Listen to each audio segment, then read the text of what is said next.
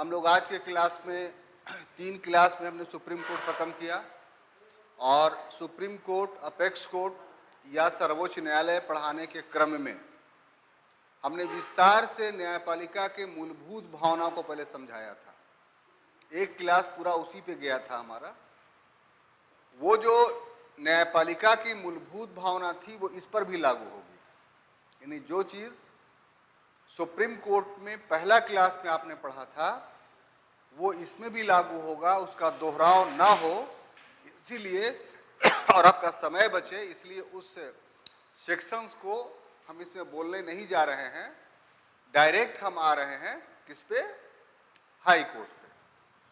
अब इसमें देखिए क्या पहले लिखा हुआ है इंट्रोडक्शंस में, पहले वो एक्सप्लेन कर दे तब अपने मुद्दे पे आएंगे कि the high court is the highest judicial authority in a state और union territory of India. It operates under the supervision of supreme court but has independent jurisdictions over state matters.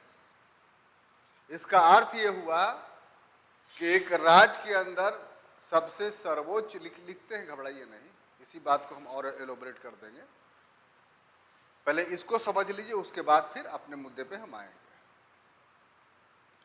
तो एक राज्य के अंदर, इसे देश के अंदर सुप्रीम कोर्ट है सबसे सर्वोच्च जुडिशियरी के सेक्शंस में। उसी तरीके से हर स्टेट में सर्वोच्च है हाई कोर्ट जुडिशियरी के सेक्शन में। लेकिन एक अंतर के साथ कि ये पूरी तरीके से इंडिपेंडेंट नहीं है, बल्कि एक शब्द इस्तेमाल किया गया है सुपरविजन। किसके सुपरविजन में भाई? तो सुप्रीम कोर्ट में। लेकिन इसके साथ साथ ऐसा नहीं है कि एब्सोल्यूट सुपरविजन सुप्रीम कोर्ट का है, बल्कि स्टेट लेवल के मैटर में इसको बहुत सारी आजादियां दी गई हैं। तो इस तरीके से एक check and balance high court के साथ किया गया है कि चूंकि आप यूनिटरी जुडिशियरी सिस्टम्स के अंडर में हैं, इसीलिए आपको हमारा सुपरविजन एक्सेप्ट करना पड़ेगा। लेकिन जुडिशियरी की विशेषता इंडिपेंडेंसी होती है, स्वतंत्रता होती है, इसलिए अपने स्टेट मैटर में आप आजाद हैं, आप स्वतंत्र हैं। तो ये नियंत्रण और स्वतंत्रता का सुंदर समन्वय, यानी कंट्रोल और इंडिपेंडेंसी का बहुत ब्यूटीफुल कोऑपरेशंस या कोऑर्डिनेशंस हम लोगों को इस टॉपिक्स में, यानी हाई कोर्ट ऑफ इंडिया में हम लोग को देखने को मिलता है। ये जो चीजें हैं उसमें यही बातें आपको बताई गई। अब कहो,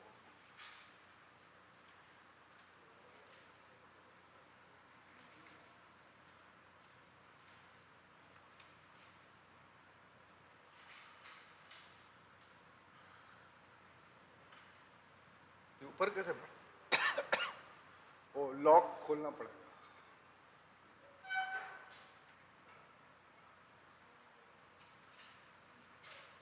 आप लोग को आता है? इसको इसको इसको हटा दे।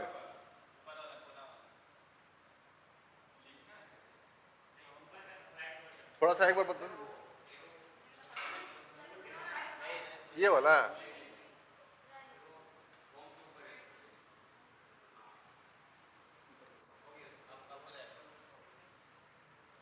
वो उसको कर देना है ना।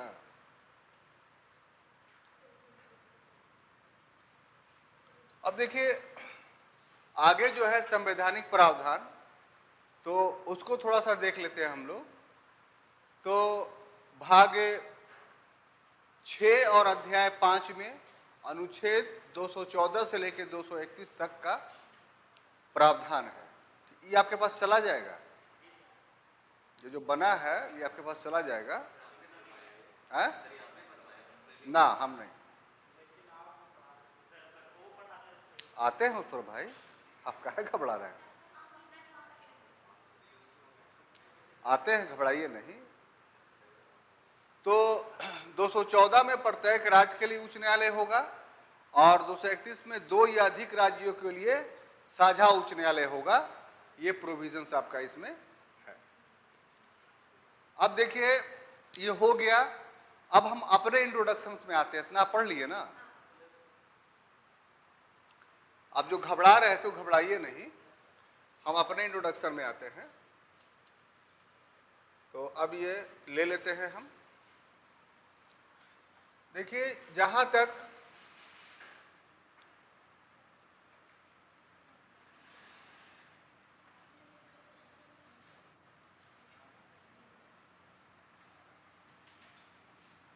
द हाई कोर्ट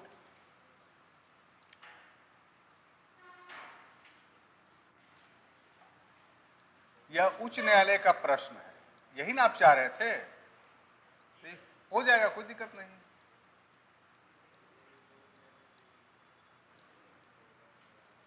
एक % भी आपको कमी महसूस नहीं होगी। जैसे पहले क्लास में पढ़ते तो उसी पढ़िएगा। ये उच्च न्यायालय है क्या चीज? तो अगर अपने इंडिया के कॉन्टेक्स्ट में हम लोग देखें तो इसके लिए जो एकात्मक न्यायिक व्यवस्था है, इसको सुंदर लफ्जों में अगर कहा जाए, जो एकात्मक न्यायिक व्यवस्था है,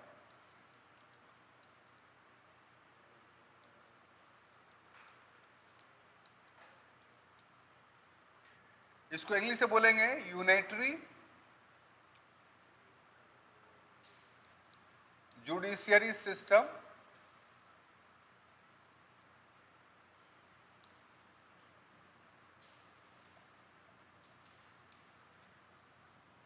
जो यूनिटरी जुडिशियरी सिस्टम है हमारे यहाँ, उसमें जो हाई कोर्ट है, अब उच्च न्यायालय खाएंगे तो काम चलेगा ना? जो इंग्लिश वाले हाई कोर्ट लिख लीजिएगा, इसलिए टाइम लगता है उसमें। ठीक है, वो कोई बहुत बड़ा प्रॉब्लम नहीं है।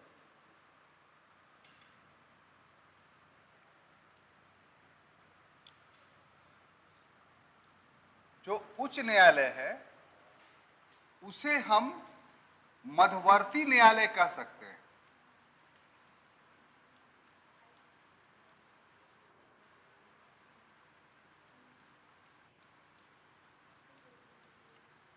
मध्यवर्ती न्यायालय का इंग्लिश होगा कि इंटर मीडिएटरी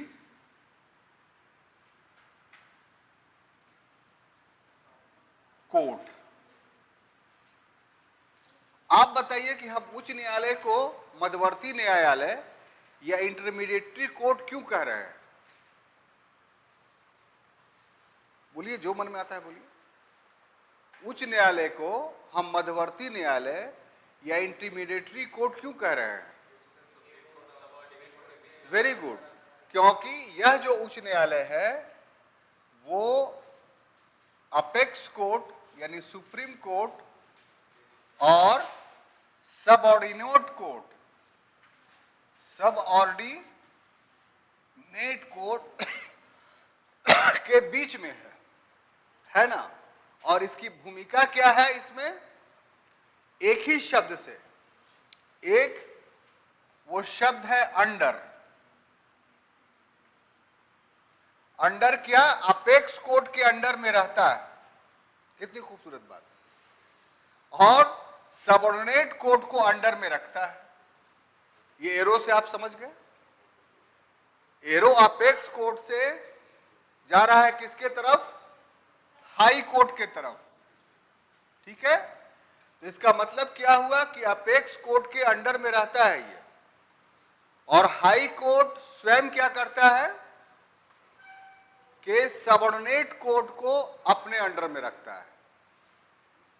तो एक ओर खुद अंडर में है और दूसरी ओर दूसरे को अंडर में रखता है। तो इस तरीके से इसको इंटरमीडिएटरी जुडिशियरी या मध्यवर्ती न्यायपालिका आप कह सकते हैं कि नहीं? ये एक नई बात है जो आप चाहते हैं कि इस ढंग से नयापन लेकर के हम पढ़े ताकि ज्यादा हम सोचने के लायक रहें। एक बात तो ये हो गया।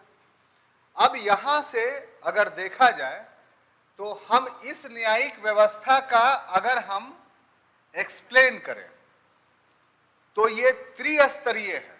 यूनिटरी तो है लेकिन त्रिस्तरीय है। ये दूसरी बात इंट्रोडक्शन में, अभी इंट्रोडक्शन चल रहा है, सिर्फ इंट्रोडक्शन में जो ये बातें लिखी हुई थी इसी को हम एलोबरेट कर रहे हैं, और कोई नई बात हम नहीं आपको बता रहे हैं। लेकिन कौन कौन सी बातें इसमें जाएंगी ये थोड़ा आप ध्यान से देखिए। त्रिस्तरीय है तो त्रिस्तरीय में फर्स्ट लेयर पर कौन है? सुप्रीम कोर्ट यानी सर्वोच्च न्यायालय, जिसको आप अपेक्स कोर्ट भी बोलते हैं। इंटरमीडिएटरी या मिडिल लेवल पे कौन है? High court.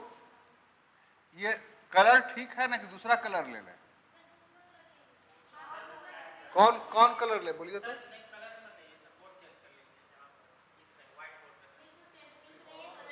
ये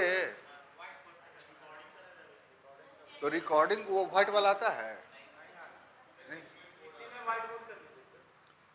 इसमें कहते फिर भाग ना जाएगा यार ये, फिर उसको तो दोबारा फिर वहां से लाइए, प्रॉब्लम तो टाइम किलिंग होगा।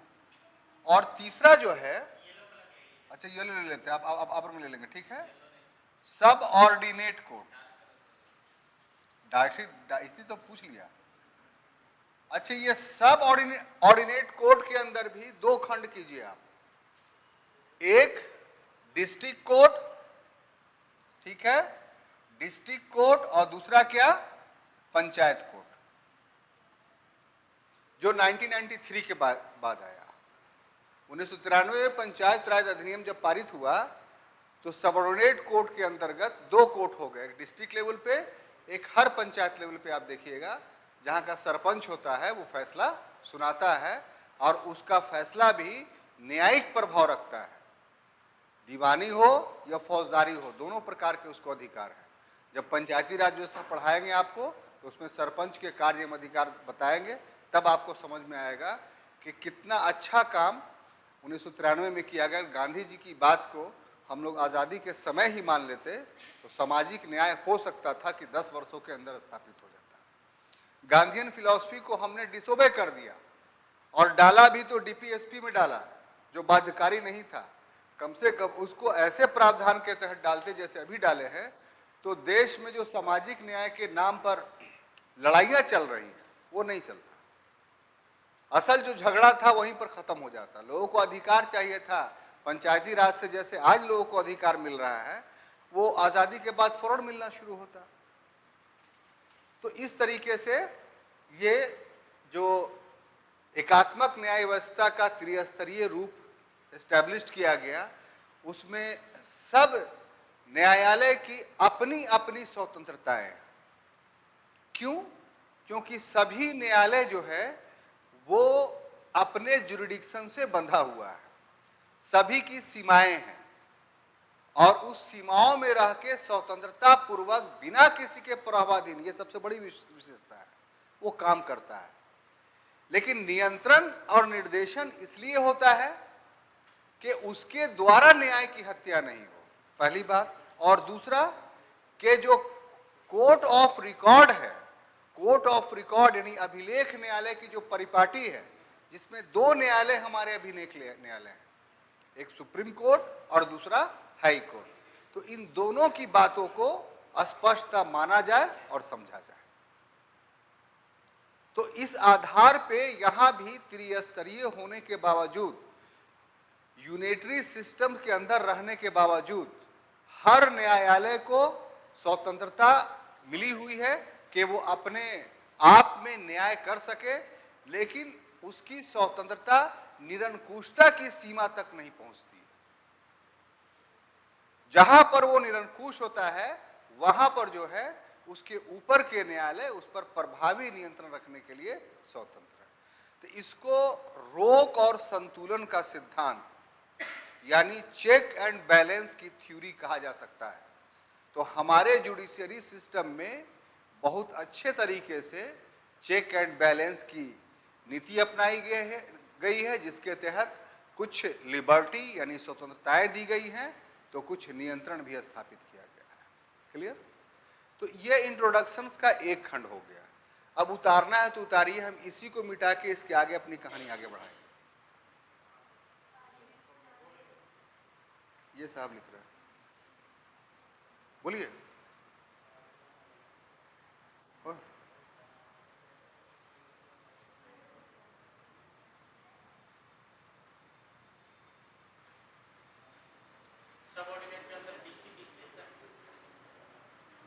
सब और डीसी का मतलब डिस्ट्रिक्ट कोर्ट।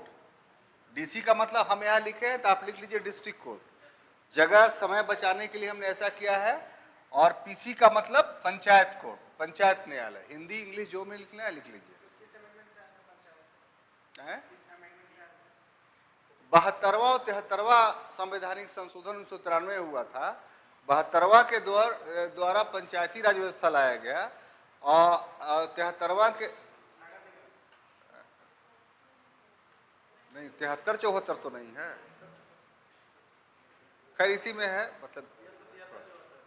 और आगे वाले नहीं, चाहे 73 74 के तहत नगर पालिका लाया गया। बेटा है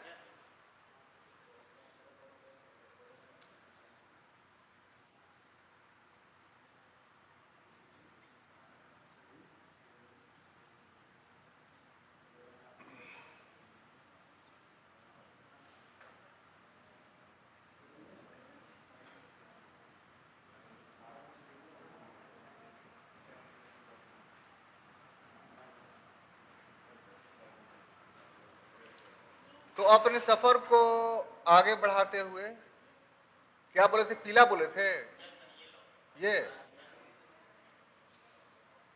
तो अब यह है कि भारत में जो सर्वोच्च न्यायालय है उसका अस्तित्व यानी एग्जिस्टेंस कब से है। तो एग्जिस्टेंस पढ़ाने से पहले हम चाहेंगे कि थोड़ा सा अपने देश के जुडिशियरी सिस्टम पे आपको बता दें ताकि अच्छे से समझ में आ जाए। इसके पहले भी हम बताए हैं हल्का फुल्का। तो ब्रिटिशर्स जब नहीं आए थे, दिल्ली सल्तनत या मुगलों का दौर था, तो दिल्ली सल्तनत में पूर्ण रूप से न्यायिक व्यवस्था स्थापित नहीं हो पाई थी।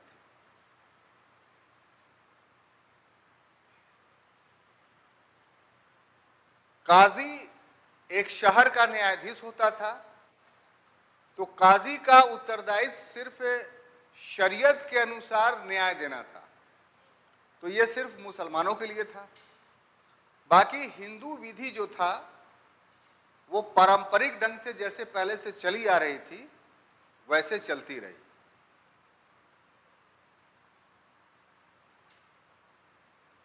डिस्ट्रिक्ट के बाद जो प्रांत होता था वहां काजीए सूबा का न्यायालय होता था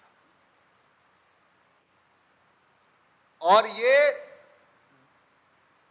दीवानी और फौजदारी दोनों मुकदमे देखा करता था। और सेंट्रल लेवल पे काजी उल कुजात का न्यायालय होता था। तो काजी उल कुजात कोई व्यक्ति भी होता था और उसके ऊपर सर्वोच्च पर सुल्तान का न्यायालय था। तो न्यायिक व्यवस्था में बहुत जटिलता नहीं थी क्योंकि अधिकांश उस पीरियड में फैसले ग्रामीण स्तर पर हो जाया करते थे। कोई बहुत बड़ा विवाद होता था तो दो जमींदारों के बीच में होता था, भूमि की वजह से होता था, और वो प्रशासनिक मामला था तो वो सुल्तान के पास जाया करता था। मुगल पीरियड में न्यायिक व्यवस्था पूर्ण रूप से स्थापित किया गया और अंत में जो है वो औरंगजेब के द्वारा फतवाए आलमगीरी नामक एक बहुत बड़ा ग्रंथ लिखा गया और इस ढंग से दीवानी और फौजदारी दोनों चीज़ें स्पष्ट हुई और वहाँ से न्यायिक व्यवस्था एक सुव्यवस्थित ढंग से चला, जिसको आप कह सकते हैं। लेकिन ब्रिटिश पीरियड जब आया तो उस पीरियड में जो चीज़ उभर करके सामने आई वो ये कि कुल 5 प्रकार के कानून उस समय अस्तित्व में आ गए थे।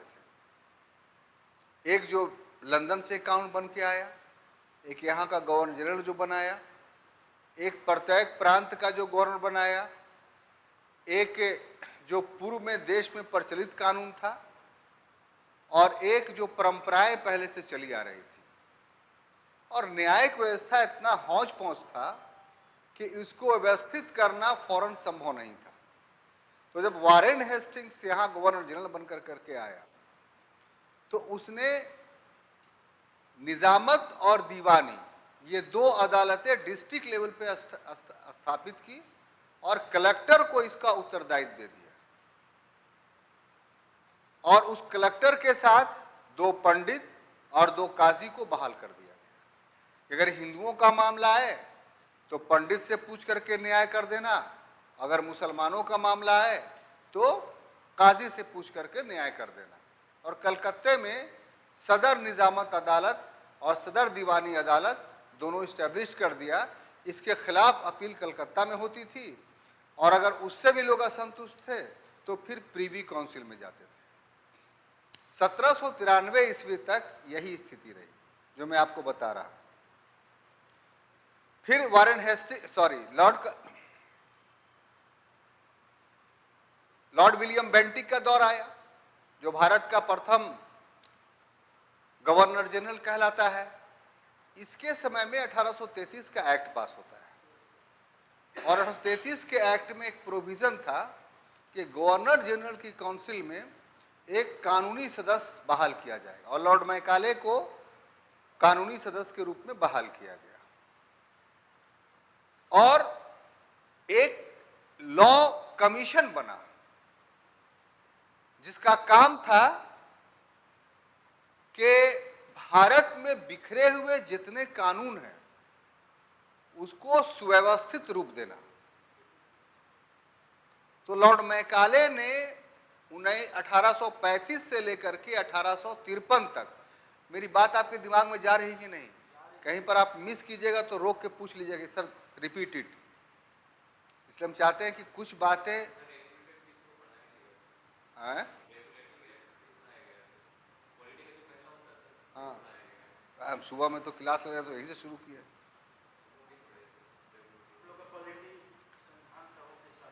किताब है ना बाबू, पढ़ लो उससे, कौन सा बहुत भारी चीज। किताब है ना, इंस्टीट्यूट का जो किताब है उसमें पहला चैप्टर यही है, उसे पढ़ लीजिए। कौन सा बुक रखे होंगे आप? तो बुक कुछ तो है, इसी इंस्टीट्यूट का तो है उसमें। तो सर हमको भी दिए थे, नारायण सर, तो देखा अच्छी बुक है वो। मतलब ऐसा नहीं है, उसको पढ़ करके आप बहुत कुछ सीख सकते हैं। The common topics. तो हम बता रहे थे आपको कि 1833 के एक्ट में, आप घबराइए नहीं, आपको भी इस तरह बना देंगे, किसी खड़ा होकर बकबक करते रहिएगा, लोग सुनते रहेंगे। हैं?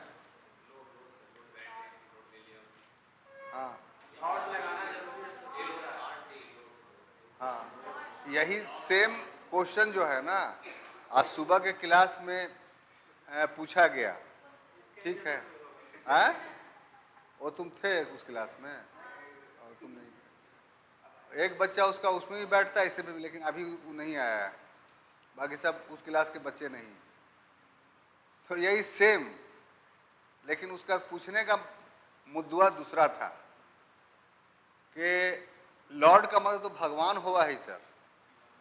नहीं, उसने जो पूछा हमसे, तो ये सब अंग्रेज लोग भगवान हलथिन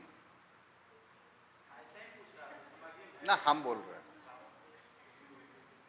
वो नहीं बेचारी पूछ रही थी, झूठ काहे के लिए बोले। हम आपसे पूछ रहे हैं ताकि आप थोड़ा हंसिए भी, ज़्यादा हाँ टेंस रहना ठीक नहीं। तो हमने उसको जो जवाब दिया वो जवाब आपको भी दे रहे हैं। हालांकि आप ये बात नहीं पूछे, लेकिन उसका जवाब जब देंगे तो आप भी समझ जाइएगा। हमने उससे कहा कि एक बात बताओ, खाना खा लो, हमने तुमको कहा, इसका क्या अर्थ हुआ?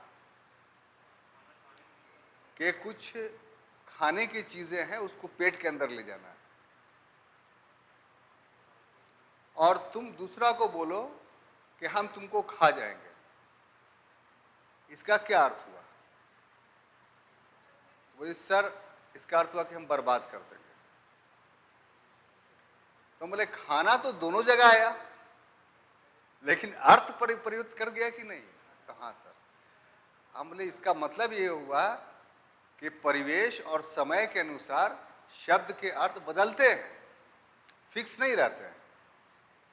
तो उसी तरीके से आप इंडिया के परिवेश में लॉर्ड जो इस्तेमाल कर रही हैं तो उसका मतलब भगवान होता है, इसमें नो डाउट।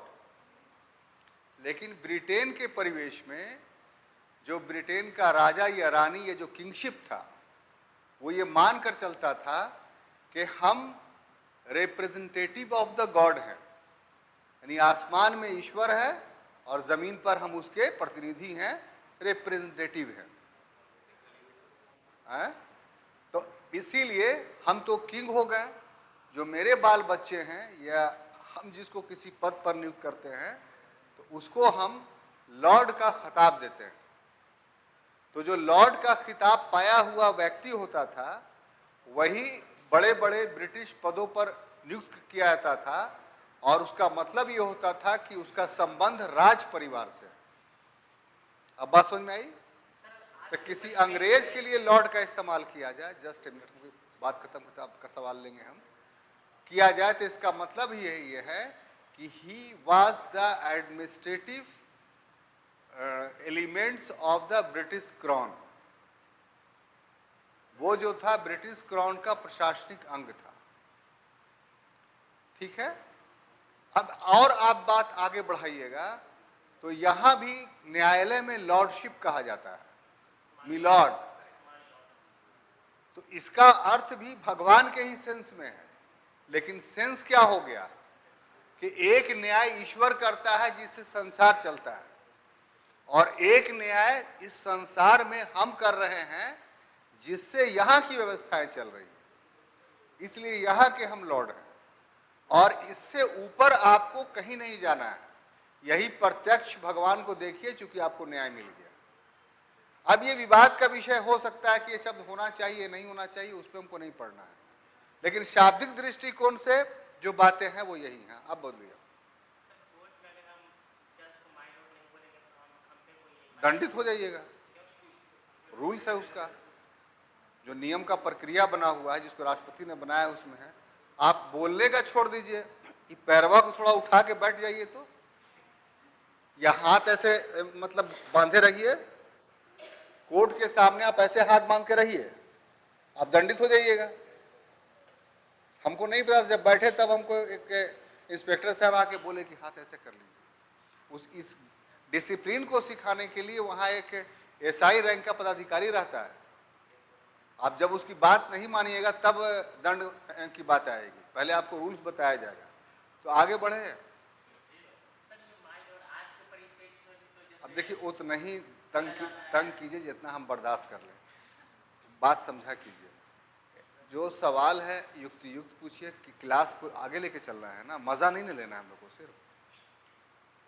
तो हम बता रहे थे आपको कि लॉर्ड, देखिए याद करना पड़ता है, आप बता, अब फिर हमको कहाँ तक थे वो सोचना पड़ा। तो 33 में जो लॉर्ड मैकाले को कमीशन, लॉ कमीशन जो बना उसका अध्यक्ष बना दिया गया। लॉर्ड मैकाले ने 1833 से 53 तक, यानी 20 वर्षों तक पूरे हिंदुस्तान के कानूनों का अध्ययन किया और तैयार कर दिया लॉ, यूनिटरी लॉ, क्रिमिनल के लिए अलग, सिविल के लिए। लेकिन ये तो पास करता जब ब्रिटिश पार्लियामेंट तब ना।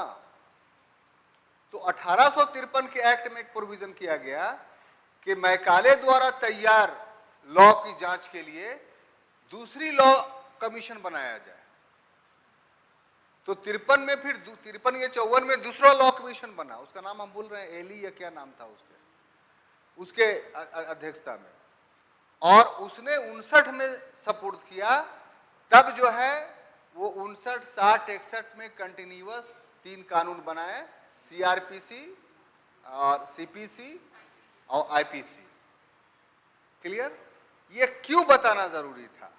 अब आ रहे हैं हाई कोर्ट पे कि जब unitary systems of unitary law, एकीकृत विधान बन गया।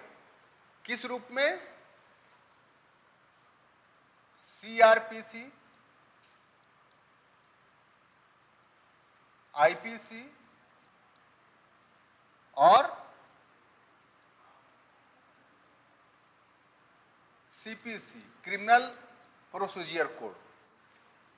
ये तीनों 1861 तक बन के तैयार हो गया था।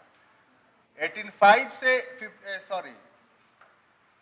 59 से बनना शुरू हुआ और एक 59 में बना, एक 1860 में बना और एक 1861 में। तो ये तीनों क्या चीज थे? ये तीनों के माध्यम से सिविल प्लस क्रिमिनल लॉ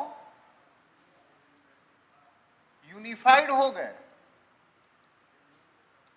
यानी यूनिफाइड का मतलब एकीकृत हो गया। अब जो 5 प्रकार के लॉ पाए जा रहे थे वो नहीं रहे। बात समझ में आ रही कि नहीं? तो अभी तक यूनिफाइड लॉ नहीं था, इसीलिए यूनिटरी जुडिशरी सिस्टम डेवलप नहीं हो रहा था। छिटपुट रूप से हर जगह का जो डिस्ट्रिक्ट कोर्ट था वही अपने क्षेत्र में जिस प्रकार के लोकल कानून प्रचलित थे, तो पंडित और मौलवी साहब के सहयोग से न्याय कर रहा था। अब ये बन गया तो अब ये प्रत्येक न्यायालय के लिए जरूरी हो गया कि इसी के अनुसार जजमेंट दे। तो 1793 में लॉर्ड कॉर्नवालिस ने कॉर्नवालिस कोड बनाया था और उस कोड में all over India judiciary administration establish कर दिया था।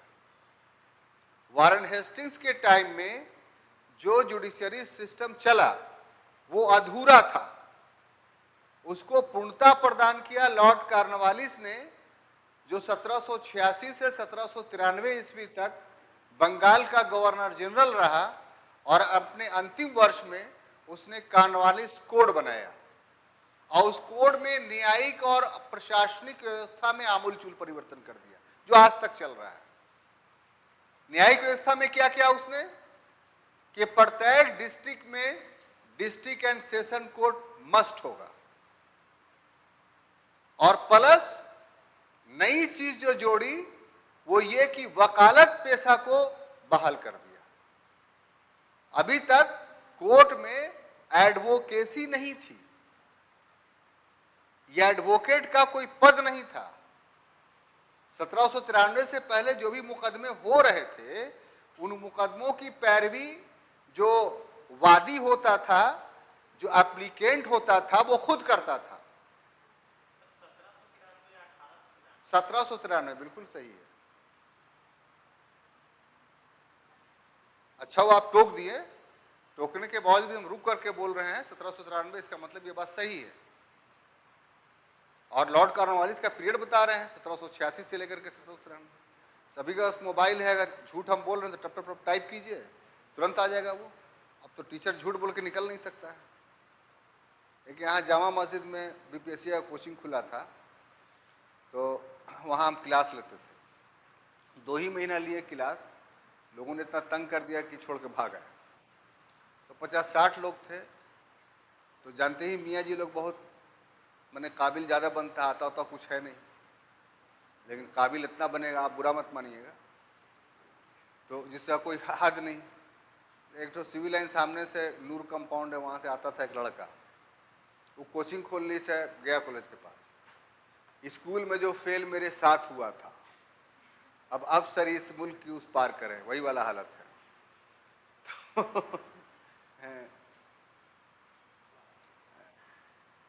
तो लेके आता था पूरा bare book, Laxmikant, D D Basu सब बैग में रखे रहता था। और मेरी आदत है कि हम किताब उताब लेके आते नहीं, पढ़ा रहे हैं। उसको इससे मतलब नहीं था कि हम पढ़ने जा रहे हैं, हमको पढ़ लेना चाहिए। उसको इससे मतलब था कि बिना किताब के पढ़ाता कैसे है और हम इसको पटक देंगे। तो जो लाइन बोले ना उसको क्रॉस से कहीं कहीं पर उसको मिले नहीं तो बोले पकड़ा गए आज, समझ गया। तो हमको तो पेज बाई जो पढ़ाते हैं कहाँ पर लिखा हुआ वो सब याद है। हम गुस्सा सा नहीं होते थे, हमें लाओ किताब तो हुआ। उसके बाद पेज नंबर ये बेयर बुक ये, हाँ ठीक है फिर बैठ गए।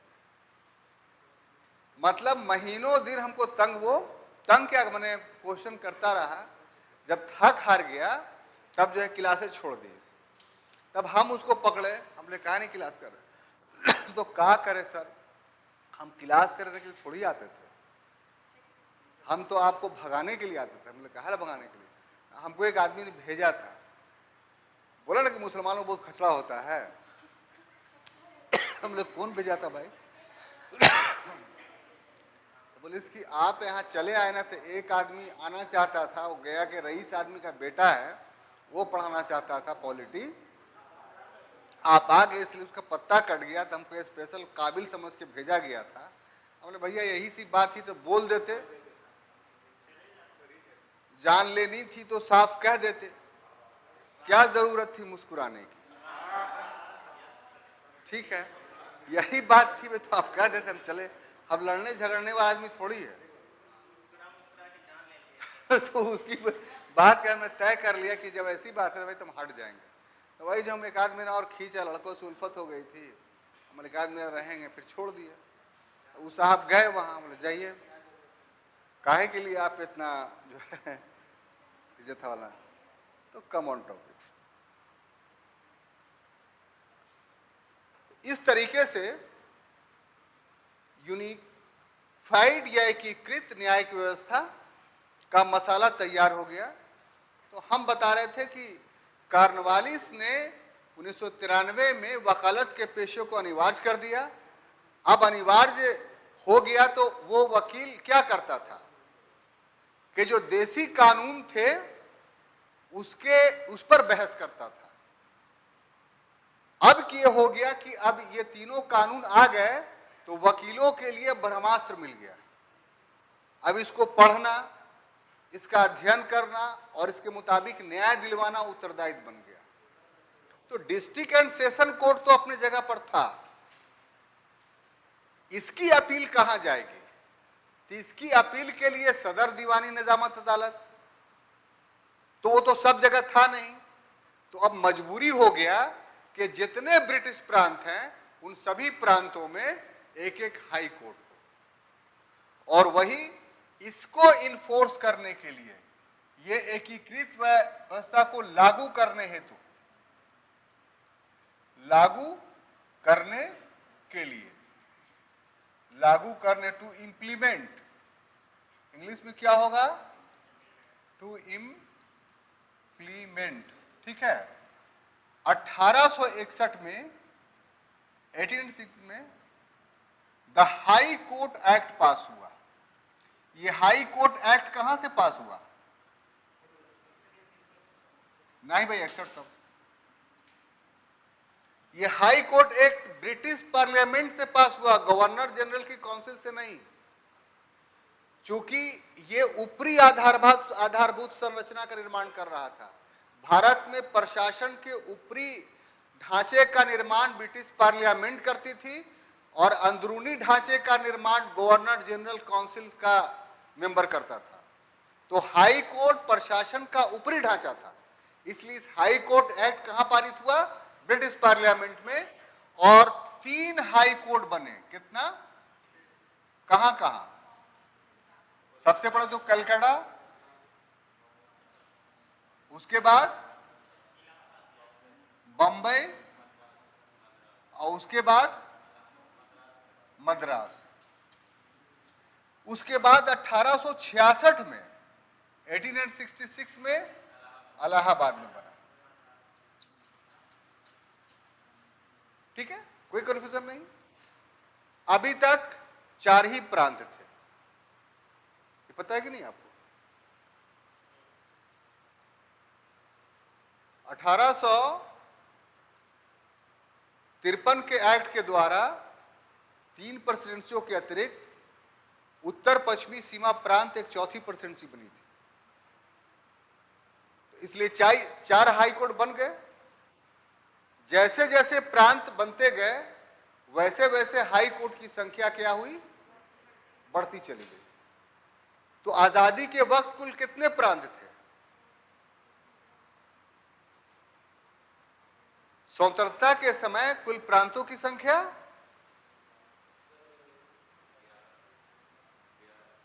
11। Very good. तो 11 हाई कोर्ट हो गए। अब आजादी के बाद प्रांतों के स्वरूप में परिवर्तन हुआ, तो मिला जुला करके स्वतंत्रता के पश्चात 18 हाई कोर्ट थे। कितना? 18। और अभी के समय में कितना हाई कोर्ट है? 25। तो अब देखिए हम लोग को 18 से 25 तक पहुंचना है। तो 18 से सबसे पहला जो हुआ चेंजिंग वो 2000 ईस्वी में हुआ। कब? 3 नए राज्यों का गठन हुआ था। आपको याद होगा, छत्तीसगढ़,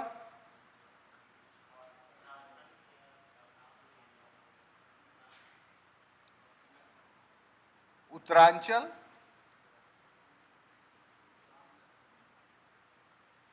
उत्तराखंड, यूपी से अलग हुआ भाई, और झारखंड। इसका डेट है कि ये उत्तरांचल जो है वो 6 तारीख को, ये 10 तारीख को, और झारखंड 15 तारीख को हुआ था, 15 नवंबर को। तो इसलिए हम सीक्वेंस में लिख दिया ताकि आपको याद रहे। इस तरीके से ये हाई कोर्ट की संख्या हो गई 18, है ना। उसके बाद 2013 में 3 जगह, कहां कहां साहब? तो मेघालय जो आसाम से अलग होकर बना था, और उसके बाद मणिपुर, और एक और था त्रिपुरा। ये 3 जगह हाई कोर्ट बना। ठीक है। अब बना तो कितना हो गया? 21 ना। 18 और 3 कितना होता है? तो यहां ना 21 होगा। वही मुझे गलती कहां हो रहा है? गलती हो रहा था साहब।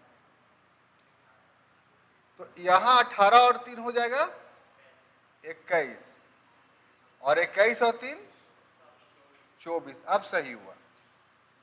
ठीक है। अब 2019 में एक और हाई कोर्ट बना। सोच समझ के बोलिए, गलत हो जाएगा साहब। आंध्र प्रदेश हेतु अलग बना था। तेलंगाना का हाई कोर्ट पुराना वाला हैदराबाद वाले ही मिल गया। तेलंगाना का राजधानी हैदराबाद है। ठीक है। और भारत का सबसे खूबसूरत राजधानी बन रहा है अमरावती में। वैसा राजधानी कहीं नहीं है। तो वहां आंध्र प्रदेश का हाई कोर्ट कहां? अमरावती में। तो तेलंगाना जो मदर हाई कोर्ट था वो उसको मिल गया। डिराइव्ड हाई कोर्ट किसके पास गया? आंध्र प्रदेश। तो ये बताना बहुत जरूरी था, नहीं तो अगर वही दोनों में आ जाता तो क्या करते आप? तब कितना प्यार से पढ़ाते हैं, समझ में आता है आपको? तो इस तरीके से 25 हो गया। तो ये आपका इंट्रोडक्शन हुआ। क्या हुआ? Introduction of the high court. ठीक है।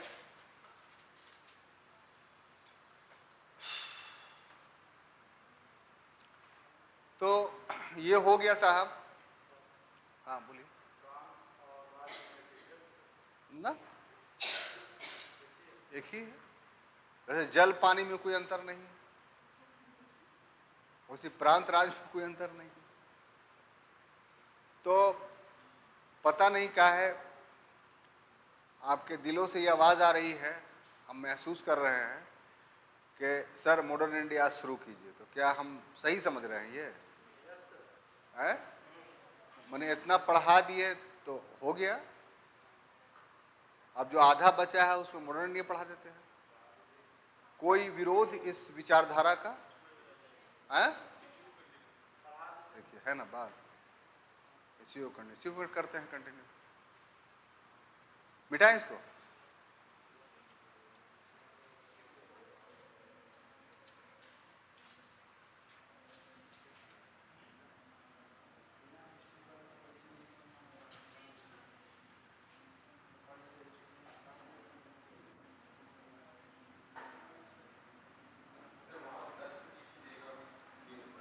है?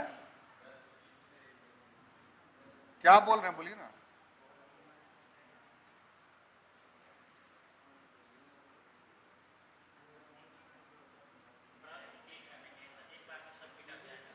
वो इस पे वो ऐसे करेंगे तो क्या होगा? वो ऐसे करते तो पूरा भाग जाता है। अच्छा, ठीक है, आप अबर से ख्याल रखें।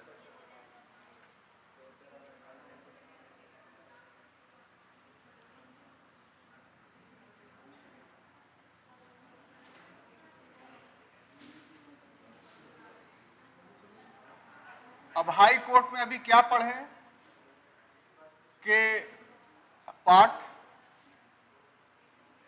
6 के चैप्टर 5 और आर्टिकल 214 से लेकर के 231 तक इसमें प्रोविजंस है। यानी भारत के संविधान के भाग 6 में अध्याय 5 में अनुच्छेद 214 से 231 तक का जो बातें हैं वो भारत के उच्च न्यायालयों से संबंधित है। अब बारी बारी से एक एक कर करके हम सब कुछ टॉपिक चलते हैं। तो उसमें सबसे पहला टॉपिक हम लेते हैं संगठन।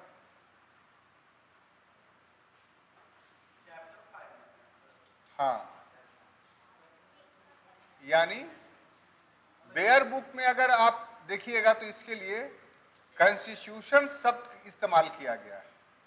जो भारत का संविधान है उसमें बेयर बुक, तो उसमें संगठन के लिए कॉन्स्टिट्यूशन शब्द इस्तेमाल किया गया है। आप कंफ्यूज ना कर जाए, इसीलिए इसके लिए एक अलग वर्ड हम लिख देते हैं ऑर्गेनाइजेशन, यानी किस ढंग से ये बना होता है।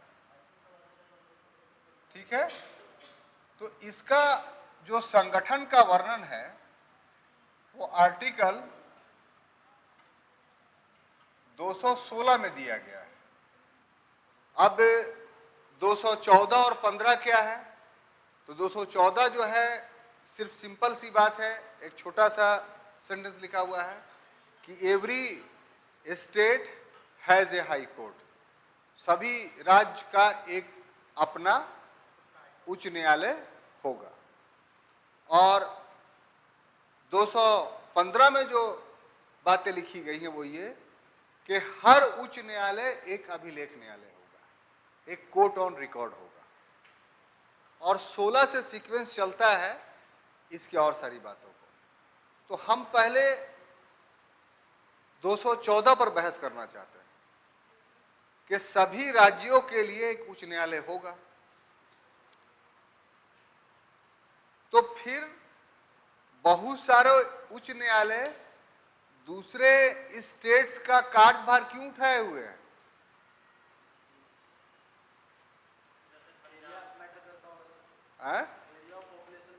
नहीं, अनुच्छेदवार बात कीजिए। तो इसके लिए दो कॉज है। एक जो सबसे अंतिम अनुच्छेद है 231, उसमें स्पष्ट रूप से लिखा हुआ है कि एक हाई कोर्ट एक या अधिक दो राज्यों को का क्षेत्राधिकार के अंतर्गत काम कर सकता है। और दूसरा, एक संविधान का 7वां संशोधन 1956 में हुआ था। ठीक है, असल वो इंपॉर्टेंट है। तो 7वां संशोधन 56 में जो हुआ उसमें ये कह दिया गया कि साहब एक हाई कोर्ट एक से अधिक राज्यों या संघ शासित क्षेत्रों के कार्यों को देख सकता है। और ऐसा मजबूरी क्यों हुआ ये आपको जानना चाहिए कि ये सब जितना स्टेट आप देख रहे हैं, मणिपुर, मेघालय, त्रिपुरा, मिजोरम, गोवा, दमन, दीव, नागर हवेली, दादर, पांडिचेरी, यमन, कराईकाल, माहे, ये सब सब बता रहे हैं। ठीक है, देखिए मेरी विद्वता इस पर खड़े हैं तभी तक, नीचे उतर जाएंगे बाद में पूछिएगा तो वो कुछ याद नहीं रहता है। ठीक है, ऐसा नहीं, माने पता नहीं क्या ऊपर वाले का दिया हुआ है कि जब पढ़ाने लगेंगे तो सब हाथ बांधे खड़ा रहे कि हमको बोलिए, हमको बोलिए, हमको बोलिए, और ठीक एग्जैक्ट प्रॉपरली आ जाता है उस समय में जो चीज़ जहाँ ये है। तो इसलिए ज़्यादा विद्वान ना समझा जाए हमको, ये किसी की बद दुआ है या किसी की बद दुआ है या मेरी तकदीर की साजिश। खुशी के काफले मेरे घर से बच के निकलते हैं। तो हमारी स्थिति ये है, सिर्फ यहीं पर चमक दमक देख रहे हैं, बाकी बाहर में भाई मामला दूसरा हो जाता है। ये चलिए हम लोग पढ़ने में अपने मन को लगाए। तो जितना नाम लिया ना अभी हमने, जितना नाम, अभी क्या है, ये भारत का स्टेट है, ये यूनियन टेरिटरी है। 1947 में कोई भी ये भारत का भाग नहीं था। भारत आजाद हो गया था, लेकिन ये सभी भारत के भाग नहीं थे। कैसे? तो गोवा आपके अभी अधीन नहीं आया था। गोवा पर किसका अधिकार था? पुर्तगीज का था। दादर नागर हवेली पर आपका अधिकार नहीं था, किसका था? पुर्तगीज का था। इसी तरीके से पांडिचेरी, माहे, यनम और करिकाल ये आपके अधिकार में नहीं था, ये फ्रांसीसियों के अधिकार में था। अंग्रेज न छोड़ के गए थे, फ्रांसीसी और पुर्तगीज थोड़ी छोड़ के गए थे। इसके अलावा जो 6 सिस्टर या 7 सिस्टर आप देखते हैं उत्तर पूर्वी राज्यों में, नॉर्थ ईस्ट स्टेट्स में, तो वहां इतना मुश्किल हुआ था कि ट्राइब्स जो थे, क्या होता है भारत, हम भारत नहीं जानते हैं, हम तो तीर कमान जानते हैं। क्या होता है आदमी, क्या होता है खाना, क्या होता है कपड़ा, हम ये सब नहीं जानते हैं। हम तो नंगे रहते हैं, काले दिखते हैं, कोई जानवर को पकड़ते हैं ऐसे और कच्चा चिबा जाते हैं। ये स्थिति थी आपकी नॉर्थ ईस्ट में। आज भी बहुत सारे ट्राइब्स ऐसे हैं जो इस स्थिति में आपको पाए जाएंगे। प्रोहिबिटेड एरिया लिखा रहेगा बोर्ड पर, भी आप जाइएगा तब आप इन नहीं कर सकते हैं। इनर स्टेट परमिट का नाम सुने होंगे, भारत में रह करके वीजा लेने का कभी सुने हैं? नॉर्थ ईस्ट के एरिया में बहुत सारे क्षेत्रों में आपको इनर स्टेट परमिट लेना पड़ेगा, वीजा लेना पड़ेगा, तब वहां जाइएगा।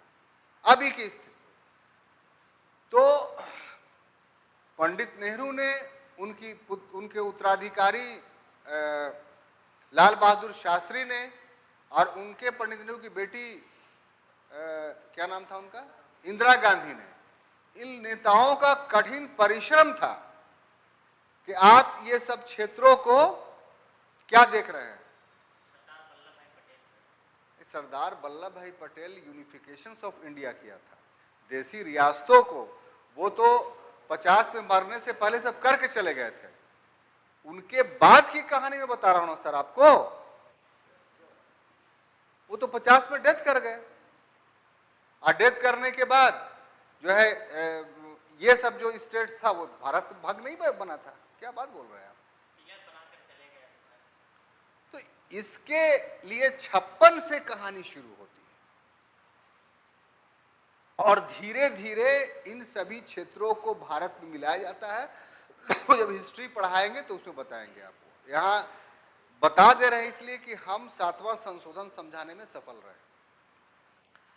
तो अब प्रोविजन तो था कि प्रत्येक राज्य के लिए हाई कोर्ट, अब ये सब आना शुरू हुआ तो इसको अभी हाई कोर्ट दे देंगे, सब जंगली आदमी है और इस पर विश्वास किया नहीं जा सकता है, स्टेट का दर्जा दिया नहीं जा सकता है। केंद्र शासित प्रदेश क्यों बनाया जाता है कि आपको, आप पर हमको यकीन नहीं है, आपको हम डेमोक्रेटिक राइट अभी नहीं देंगे, हम डायरेक्ट राष्ट्रपति के अधीन आपको रखेंगे।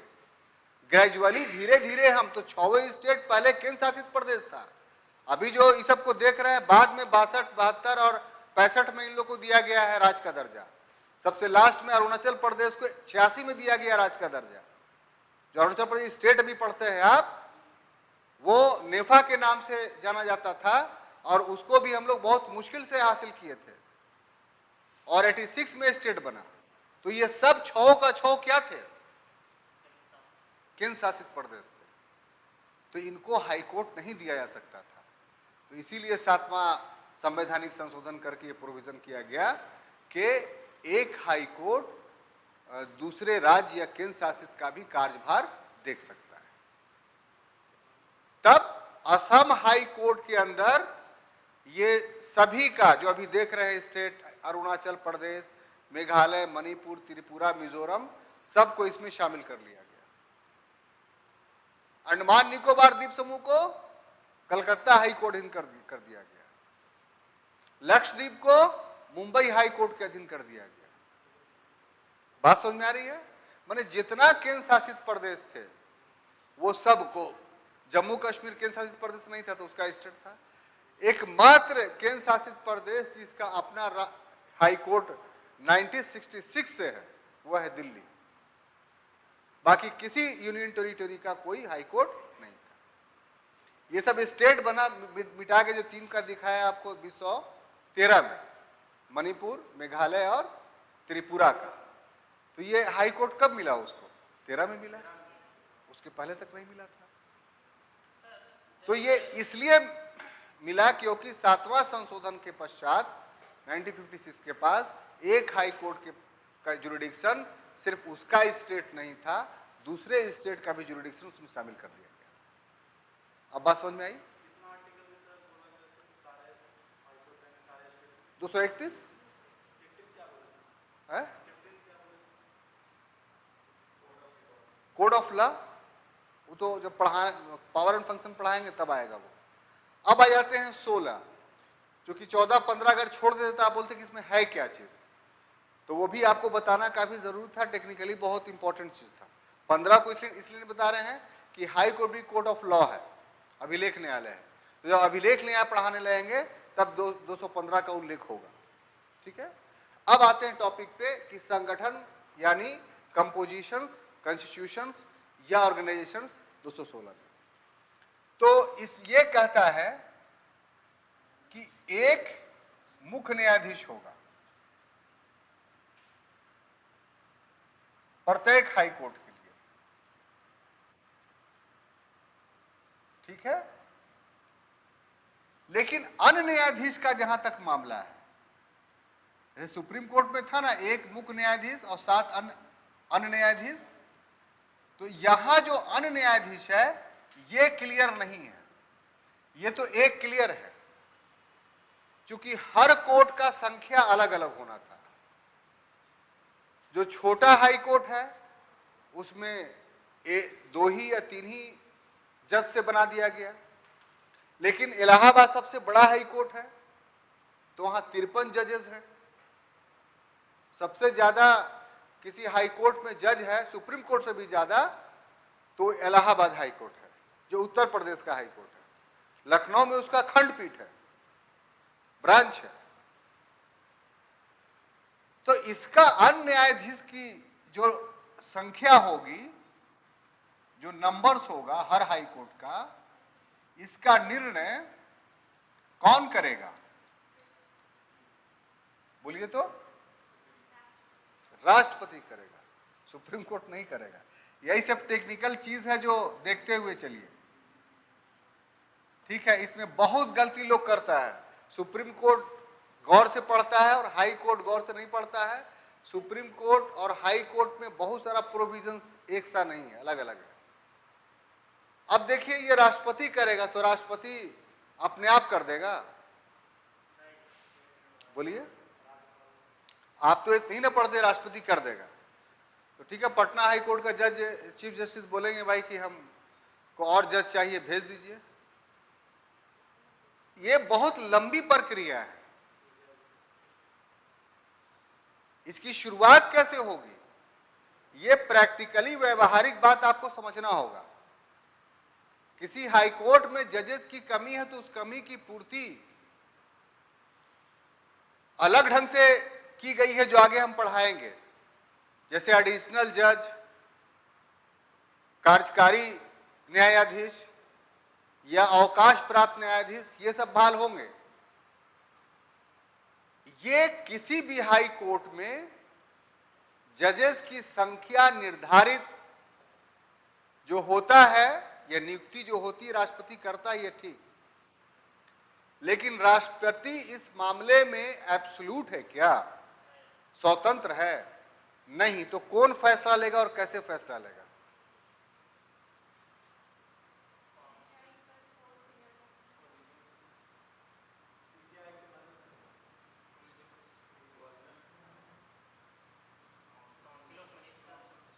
हाँ, थोड़ा सा आया। ये एक्चुअली में नीति निर्माण का विषय है, सरकार के पॉलिसी मेकिंग का है। न्यायपालिका भी तो एक हिसाब से सरकार का अंग है। सरकार के कितने अंग होते हैं जानते हैं आप? तो न्यायपालिका भी सरकार के अंग है। तो किसी भी अंग में पॉलिसी मेकिंग का कोई भी काम होगा तो पॉलिसी मेकर कौन होता है? काउंसिल ऑफ मिनिस्टर होती है। तो काउंसिल ऑफ मिनिस्टर में भी संबंधित डिपार्टमेंट, रिलेटेड डिपार्टमेंट, तो इसके लिए कानून मंत्रालय है। कानून मंत्रालय का नाम जो सुनेंगे, लॉ मिनिस्ट्री, यही सब काम करता है।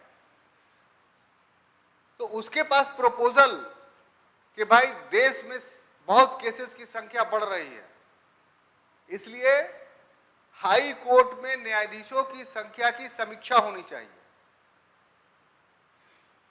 पोस्ट क्रिएट करने का मतलब क्या है कि उसके खर्च संचित निधि पर, कॉन्सोलिडेटेड फंड पर भारित करना। तो कोई भी पद क्रिएट करेगा तो उसको सबसे पहले किससे पूछना पड़ेगा? कानून मंत्रालय को, लॉ मिनिस्ट्री को, फाइनेंस मिनिस्टर से पूछना पड़ेगा। देश में कोई भी पद क्रिएट होता है तो जब तक फाइनेंस डिपार्टमेंट अप्रूवल नहीं देता है तब तक वो पद क्रिएट ही नहीं होगा। फाइनेंस डिपार्टमेंट के पास जब जाएगा तो वो देखेगा कि हमारे पास संसाधन यानी बजट है कि नहीं। जब बजट होगा तब बोलेगा कि हाँ हम दे सकते हैं। तो जितने पद को का वो एलोकेशंस करेगा फंड के लिए, उतना पद क्रिएट करेगा कौन? कानून मंत्रालय। और जब ये हो जाएगा तब काउंसिल ऑफ मिनिस्टर्स में रखा जाएगा कि जजेस की संख्या में वृद्धि की जा रही है, क्योंकि बिना कैबिनेट के अप्रूवल के वो सरकारी काम माना ही नहीं जा सकता है। काहे? तो इसलिए कि कलेक्टिव रेस्पॉन्सिबिलिटी का नियम है, सामूहिक उत्तरदायित्व का है। तो अगर कानून मंत्रालय अपने से काम कर लेगा तो बाकी बोलेगा कि हमसे पूछे थे तुम लोग, तो इनवैलिड हो जाएगा। इसलिए कानून मंत्री के द्वारा लिए गए निर्णय को काउंसिल ऑफ मिनिस्टर से पास कराना अनिवार्य है। जब वो पास कर देगा तब साहब जाकर के राष्ट्रपति उस पर साइन करेगा, तब माना जाएगा कि पोस्ट में वृद्धि हो गई। इसमें सर स्टेट गवर्नमेंट का कोई रोल है? नहीं, कोई रोल नहीं। अनऑथराइज्ड डिमांड कर सकता है। डिमांड हाई कोर्ट का जज भी कर सकता है, लेकिन हाई कोर्ट का जज या स्टेट गवर्नमेंट सेंट्रल का डिसीजन मेकिंग नहीं कर सकता है। डिसीजन मेकिंग, निर्णय लेने की क्षमता कार्यपालिका का किसके पास है? तो काउंसिल ऑफ मिनिस्टर के पास है। तो इस तरीके से ये जो राष्ट्रपति निर्णय करेगा, तो इसमें इतनी सारी बात अपने दिमाग में रखिएगा, ठीक है? कोई कंफ्यूजन नहीं, मिटाएं इसको।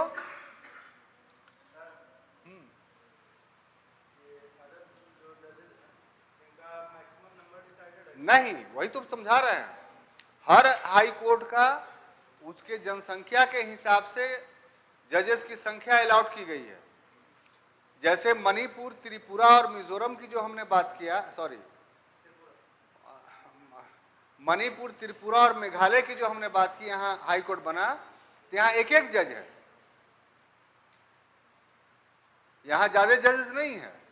लेकिन इलाहाबाद हाई कोर्ट की देखिए तो 53 जज है, तो उसकी जनसंख्या ज्यादा है, वहां केसेस ज्यादा है, तो ये सब देखा जाता है। अब बात समझ में आई? सर जैसे आंध्र प्रदेश से तेलंगाना अलग हुआ, लेकिन तेलंगाना का जब तेलंगाना अस्तित्व में नहीं था तो भी तो इसका हाई कोर्ट आंध्र प्रदेश के साथ ही मिक्स था। इसका तो हाई कोर्ट था पहले, लेकिन फिर बाद में जो भूभाग का विभाजन किया गया ना, तो जब हैदराबाद रियासत थी तो उसी समय से तेलंगाना एक ऐसा क्षेत्र था जो बहुत पिछड़ा हुआ था, जनजाति बहुल था। आज भी ये क्षेत्र बहुत पिछड़ा हुआ है, जनजाति बहुल है, ठीक है? तो पूरी बात, सवाल का जवाब लीजिए ना भाई। तो जो हैदराबाद का इलाका है, हैदराबाद का जो टाउन है, वो तेलंगाना का पार्ट है भौगोलिक रूप से, वो जंगली इलाका था। तो तेलंगाना का जब डिमांड किया गया तो हैदराबाद जो मेन उसका शहर है वो तेलंगाना का पार्ट बना। तो जितना भी बिल्डिंग हो गया, विधानसभा हो गया, हाई कोर्ट हो गया, वो सब तेलंगाना को मिल जाएगा। और आंध्र प्रदेश जो बना तो उसके लिए अमरावती एक नया कैपिटल बनाया गया। तो ये किस आर्टिकल के तहत ऐसे मतलब हाई कोर्ट का तेलंगाना सबका, जैसे आप 214 में बताए ना कि सबको मतलब जो सेंटर है वो अपने अंडर में रखेगा, तो इसका तो पहले था, फिर बाद में अलग हुआ, तो फिर दोनों का बनाना पड़ा। ये फिर किस आर्टिकल के तहत हाई कोर्ट का निर्माण? देखिए, जब भी किसी राज्य का निर्माण होता है तो उसके लिए हमारे संविधान में एक अनुसूची, शेड्यूल है। बेयर बुक आप देखिएगा तो पीछे में दिया हुआ है। एक है शेड्यूल 1। तो कोई स्टेट बन गया, ये कैसे तय होता है? तो जब तक अनुसूची 1 में वो राज्य शामिल नहीं हो जाएगा तब तक आप उसको राज्य नहीं कहेंगे। तो उस अनुसूची में अगर राज्य शामिल हो गया तो उस अनुसूची में सब कुछ लिखा रहता है कि उस राज्य की जनसंख्या कितनी होगी, उस राज्य की राजधानी कितनी होगी, उस राज्य में एक सदनीय विधानसभा होगा या द्विसदनीय होगा, उस राज्य में राज्यसभा के लिए कितना स्थान होगा, लोकसभा के लिए कितना स्थान होगा। बात समझ में आ गई? शामिल कर भी सकते, हटा भी सकते हैं किसको? एक नंबर में किसी स्टेट, नहीं भाई, उसे पूरा एरिया लिखे, इतना वर्ग किलोमीटर में ये राज्य होगा। जैसे जम्मू कश्मीर को सर अभी मतलब हटा दिया, हाँ, ड्यूटी बना, तो इसको तो फिर उसका तो सब तो लिखा इसको अनुच्छेद सॉरी अनुसूची 1 में केंद्र शासित प्रदेश में लिखा गया ये, और उसकी सारी विशेषता लिखी गई कि इसके पास भी विधानसभा होगा, उसकी इतनी संख्या होगी, इतना वर्ग किलोमीटर में फैला होगा, यहाँ राजधानी होगी। तो वहां चेंजिंग किया जाता है, वहां से पता चलता है, इस अनुच्छेद से पता नहीं चलेगा। अब बात समझ में आई?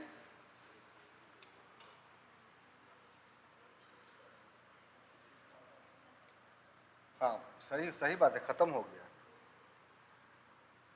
अब आ गया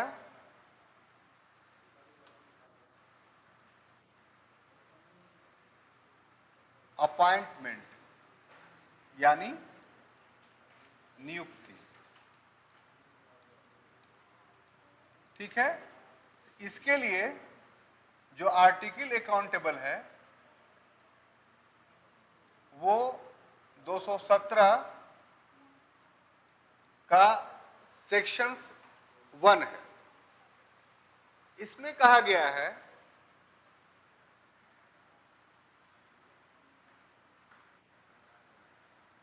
कि हाई कोर्ट का जो जज होगा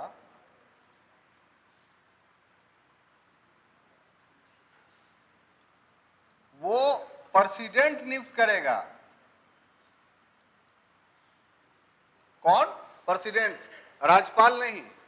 ऐसा ना स्टेट का है, आप पढ़े लिखे हुए नहीं रहिए तो बोल दिए मैंने भूल जाइए, बोले वहां तो होता है राष्ट्रपति करता है, यहां तो जितना वोट दिलाता है सब राज्यपाल दिलाता है।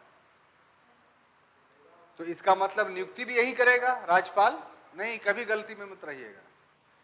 इसका भी नियुक्ति की पूरी प्रक्रिया वही है जो सुप्रीम कोर्ट के जजेस की नियुक्ति की है, सेम, थोड़ा सा अंतर है, बता देते हैं। तो प्रेसिडेंट करेगा, तो प्रेसिडेंट ऐसा ही नहीं करेगा। प्रेसिडेंट,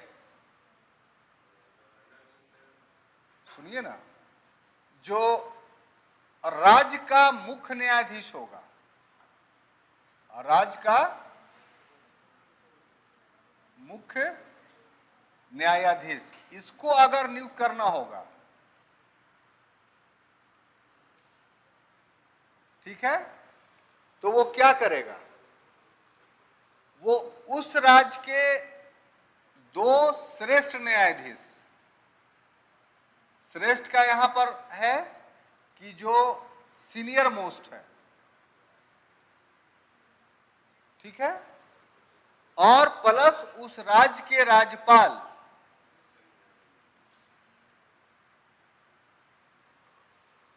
ये दोनों से परामर्श करेगा कि भाई इस कोर्ट में चीफ जस्टिस हम इसको बना रहे हैं, ठीक है, कोई दिक्कत है? राज्य के मुख्य न्यायाधीश के बारे में बोल रहे हैं, राज्य के मुख्य न्यायाधीश। आप ऐसे क्यों देख रहे हैं? आपको समझ में नहीं आ रहा है? ये जो है राज्य का मुख्य न्यायाधीश यहां पढ़ रहे हैं कि नहीं? अपॉइंटमेंट बता रहे हैं, नियुक्ति। हाँ भाई, तो अपॉइंटमेंट का प्रोविजन 217 के क्लॉज 1 में है, ठीक है, उसमें कहा गया कि हाई कोर्ट का जज नियुक्त कौन करेगा? तो प्रेसिडेंट करेगा, यही बात बताया है। अब प्रेसिडेंट यूं ही नहीं करेगा, उसके बाद हम बता रहे थे कि प्रेसिडेंट राज्य का मुख्य न्यायाधीश अगर इसको नियुक्त करना होगा तो उस राज्य के दो श्रेष्ठ न्यायाधीश, यानी ऐसे न्यायाधीश जो सीनियर मोस्ट हो, और उस राज्य के राज्यपाल से परामर्श करेगा, तब जो है वो नियुक्त करेगा, ठीक है। अब अन्य न्यायाधीश,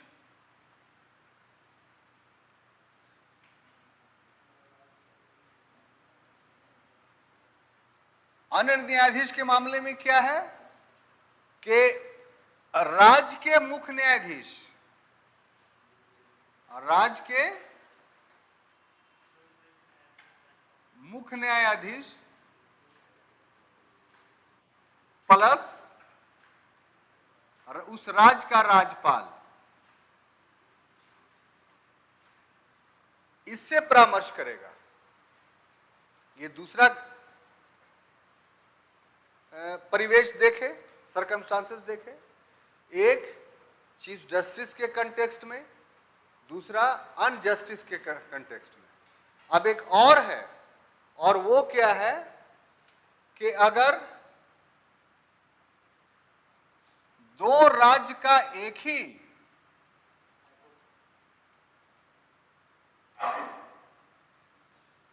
ही उच्च न्यायालय है, ऐसा भी तो है, ठीक है, तो दो राज्य का एक ही उच्च न्यायालय होगा, तो उसमें क्या करेगा? तो वहां के जस्टिस या चीफ जस्टिस तो अपने जगह पर आप समझ ही गए, अंतर वहां पड़ जाएगा कि जितने राज्य का वो उच्च न्यायालय होगा उतने प्रत्येक राज्य के राज्यपाल से भी पूछेगा वो। अब बात समझ में आई? जैसे मान लिया 3 राज्य है, तो 3 राज्य के मुख्यमंत्री से तो पूछे, सॉरी, चीफ जस्टिस से तो पूछेगा ही, प्लस 3 राज्य के राज्यपाल से भी पूछेगा वो। तो ये 3 सरकमस्टांसेस समझ गए बात? लेकिन भाई मेरे, ये सिर्फ मामला था 1993 तक। वही तो, इसी तरीके से इतना नजाकत के साथ हम समझा रहे हैं। 1993 तक ही इस तरह से नियुक्तियां होती थी। हाँ लिखिए ना, हम आराम से पढ़ा रहे हैं आपको। जो बोल रहे हैं उसको भी लिख सकते हैं, अपने लैंग्वेज में लिखते चले जाइए। और होमवर्क दिखाया कीजिए। अगर आप काबिल बनना चाहते हैं तो सिर्फ हमसे मेहनत मत करवाइए, आप लोग भी घर पर मेहनत कीजिएगा। ऐसा कीजिए कि क्लास लेने के घंटा घंटा बाद बाहर बैठे आपका कॉपी चेक करने में, तब पढ़ाई का मजा है। हम मेहनत कर दिए, आप किए कि नहीं, क्या किए घर पे, कुछ पता चलता है? तो 2-4 लोग लिख करके लाते हैं, बाकी लोग तो लिख के लाते नहीं। इसलिए हाँ, तो लिखिए कॉपी में, उससे पता चलता है कि आप पढ़ें। आपको भी अंदर से बूस्टअप होगा कि नहीं, हम भाई क्लास कर रहे हैं, हम वर्क कर रहे हैं। तो सब जो है आप लोग लोड डाल देते हैं टीचरे पर कि उसके पास जो है वो क्या बोलते हैं, वो हकीम साहब का पुड़िया है, वैसे से लगड़ के पिला देगा और चला जाएगा। ऐसा नहीं।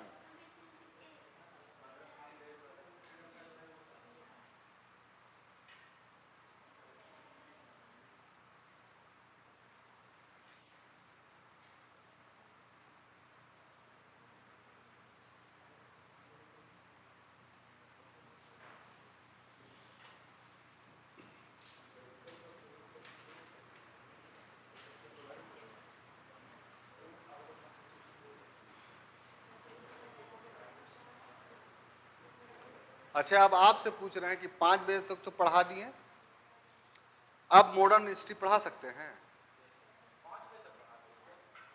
मैंने 5 बज जाएगा ना भाई, अभी बजे थोड़ा देर, कितना बज रहा है? तो आधा घंटा और पढ़ा देते हैं और उसके बाद मॉडर्न हिस्ट्री पढ़ा देते हैं। ओ आप लोग वो घर जाना है?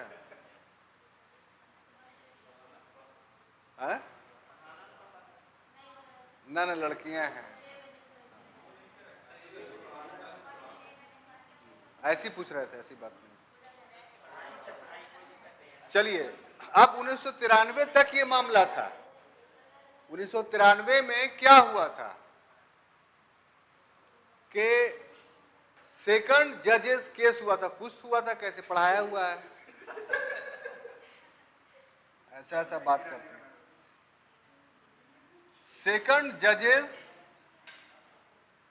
केस हुआ था और सेकंड जजेस केस में क्या उभर करके आया था? एक नया निर्वाचन का सिस्टम कोर्ट में, बोलिए, collegium, collegium system. Collegium system यानी अब क्या होगा कि अब जो सर्वोच्च न्यायालय का मुख्य न्यायाधीश है और उसके साथ 2 अन्य न्यायाधीश यही फैसला करेगा कि सुप्रीम कोर्ट में और हाई कोर्ट में कौन जज होगा। अब बात समझ में आई? तो ये सब प्रक्रिया चलेगा हाई कोर्ट में, लेकिन चलने के बाद कहां आ जाएगा वो? कॉलेजियम में। और जो हाई कोर्ट के कॉलेजियम, हाई कोर्ट के संबंध में कॉलेजियम में जो अंतर है वो सुनिए। वो थर्ड जजेस केस जो हुआ, थर्ड जजेस केस कब हुआ? बोलिए, 1998 में। गुड। इसमें कहा गया सुप्रीम कोर्ट के कंटेक्स्ट में कि 4 जज और एक चीफ जस्टिस का कॉलेजियम होगा और इसमें बहुमत से सुप्रीम कोर्ट के जज नियुक्त करने का निर्णय लिया जाएगा। पहले ही पढ़ा है, अगर सुप्रीम कोर्ट का चीफ जस्टिस अकेले मत दे देता है तो राष्ट्रपति वैसे नाम को जज बनाने के लिए मजबूर नहीं है, जब तक उसको सुप्रीम कोर्ट के चीफ जस्टिस को 2 अन्य जजों का नहीं समर्थन मिलेगा। तो वहां 5 मेंबर कॉलेजियम था। हाई कोर्ट के जजेस के मामले में 3 मेंबर कॉलेजियम होगा। इसमें एक चीफ जस्टिस ऑफ इंडिया और दूसरा सुप्रीम कोर्ट के 2 सीनियर मोस्ट जज, और वो जब फैसला कर देंगे तब जो है राष्ट्रपति फिक्स हाई कोर्ट के किसी जज को चीफ जस्टिस या जस्टिस नियुक्त करेगा। अब बात समझ में आई? सीनियर मोस्ट नहीं रहे, कोई और भी जजेस हो तो भी नहीं हो सकता था? नहीं, सीनियर मोस्ट तो रहता ही है वहां, नहीं कैसे रहेगा? जो भी 33 है, 33 में कोई ना कोई तो सीनियर होगा ही। और सीनियरिटी जूनियरिटी बहुत दिन की थोड़ी रहती है, 1 महीना 2 महीना 6 महीना यही रहता है बस, बहुत होता है साल भर, सब तो पैरेलल ही रहता है, लेकिन उसी सीनियरिटी में सीनियर माना जाता है। तो ये पूरा आपका हुआ अपॉइंटमेंट, ये वाला, ये तो यहां तक हम बता रहे थे कि 1993 तक ये जो प्रोसेस बताए उसी से नियुक्ति हो जाता था। लेकिन 1993 में क्या हुआ, सेकंड जजेस केस हुआ था, उसमें सुप्रीम कोर्ट ने कह दिया कि अब जो आप जज की नियुक्ति करते हैं वो आप नहीं कर पाइएगा, बल्कि कॉलेजियम के थ्रू होगा। और 1998 में थर्ड जजेस केस में क्या बोला गया कि कॉलेजियम में 5 मेंबर होंगे सुप्रीम कोर्ट के कंटेक्स्ट में, और 5 में बहुमत से, मेजोरिटी से फैसला होगा, यानी 3 जज रहेंगे तभी। उसमें 3 जज में सुप्रीम कोर्ट का चीफ जस्टिस होना जरूरी है, ये भी सुन लीजिए आप। ऐसा नहीं है कि 4 में से 3 जज अलग हो गया और सुप्रीम कोर्ट चीफ जस्टिस एक अलग हो गया तो 3 काम कर लेगा, ऐसा नहीं है। चीफ जस्टिस उस बहुमत में शामिल होना चाहिए। ये तो सुप्रीम कोर्ट के लिए हो गया। हाई कोर्ट में 5 जजेस कॉलेजियम के जगह पर 3 मेंबर कॉलेजियम का व्यवस्था है। अब बात समझ में आई? लिखेंगे मिटाएं? और इसमें भी हाई कोर्ट के चीफ जस्टिस का होना जरूरी है, 3 में से ना, नहीं, एकदम नहीं। ये वाले भी जरूरी है। हाँ, ये कॉलेजियम जो है पूरा पूरा सुप्रीम कोर्ट का रहेगा, तभी ना यूनिटरी सिस्टम हुआ। मिटाएं? अब जो है आगे जो है वो योग्यता।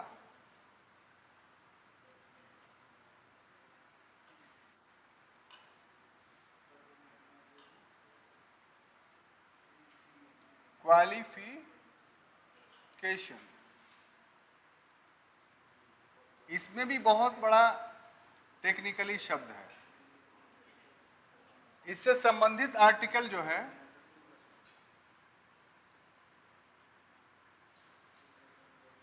217, सॉरी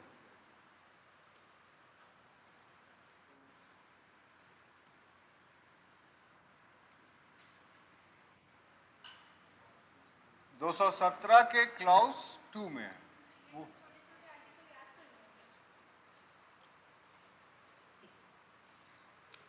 देखिए, यहां तो मेरे हाथ बंधे हुए हैं, लेकिन मेरा जो पढ़ाने का तरीका था पॉलिटी खास तौर से, तो आपको यकीन हो या नहीं हो, लेकिन मेरा पढ़ाया हुआ आप यकीन नहीं हुआ कि इसलिए कि आपको थोड़ा सा बोल रहे हैं कि करना होगा क्या, लेकिन यह हकीकत है। कोई मेरा पुराना स्टूडेंट्स अगर मिल जाएगा आपको, तो 395 अनुच्छेद पहले याद करवाते थे, 1 से लेके 395, चाहे उसमें जितना समय हमको देना पड़ता था। तो पॉलिटी पढ़ा रहे हैं, जैसे सेक्शन आता रहता था, जैसे पहला सेक्शन में 4 ही अनुच्छेद है तो चारों पहले रटवाते थे। फिर दूसरा भाग जो है नागरिकता से संबंधित है तो उसमें 7 अनुच्छेद है तो उसको रटवाते थे। थर्ड पार्ट जो है मौलिक अधिकार से है तो उसमें 23 अनुच्छेद है, उसको तो जैसे जैसे सेक्शन चलता रहता था उतना, और डेली आकर के उसको सुनाना पड़ता था। तो शुरुआत में भाग 5 तक का तो एकदम कंठस्थ हो जाता था, ठीक है ना, क्योंकि सेंट्रल गवर्नमेंट स्टेट गवर्नमेंट पढ़ाना पड़ता था। कमजोर रहता था आगे वाला, तो आगे वाला जो अपना किया नहीं किया, लेकिन स्टेट और सेंट्रल गवर्नमेंट तक सबका आर्टिकल ये रहता था। तो यहां तो वो सुविधा नहीं हम दे पाएंगे, तो इसका तरीका ये है, आप लोग का तो ये नहीं ना है, तो 2-4 टॉपिक पढ़ाना है ना। अगर पूरा होता तो आप में भी ये नियम लागू कर देते कि जैसे संघ और उसका राज क्षेत्र आज पढ़ रहे हैं तो बोले हैं कि आप याद करके आइए, यहाँ सुनते, या 5-10 मिनट टाइम निकाल करके हम ही याद करवा देते। आर्टिकल याद रहने से बेनिफिट ये है ना कि आपको चीज बहुत अच्छे ढंग से समझ में आएगी और सीक्वेंस में याद होगा। सबसे बड़ी बात एग्जामिनेशन में अगर लिखिएगा तो नंबर आपका अच्छा आएगा। एक दिन की ये चीज नहीं है, ये ऐसा नहीं कि एक दिन में हम आपको याद करवा देंगे या आप याद कर लीजिएगा। ये धीरे धीरे ग्रेजुअली होता है, आप कोशिश कीजिए, घबराइए नहीं। तो योग्यता और क्वालिफिकेशंस का जहां तक प्रश्न है तो इसका 217 के क्लाउज 2 में है। इसमें क्या है, सभी सामान्य बातें हैं, एक विशेष बात होगा और उसी एक के लिए आपको इसको ध्यान से पढ़ना पड़ेगा, क्योंकि वो क्वेश्चन अगर आ गया और आप आज ध्यान से नहीं पढ़े तो फिर आपका 1 नंबर एकदम कट जाएगा। अब वो बात क्या आगे आता है, सबसे पहले कि भारत का नागरिक होगा,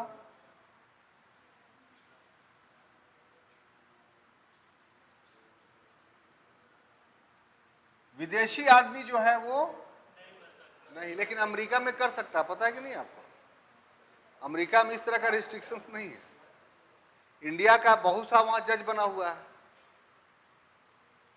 और दूसरा इसमें है कि 10 वर्षों तक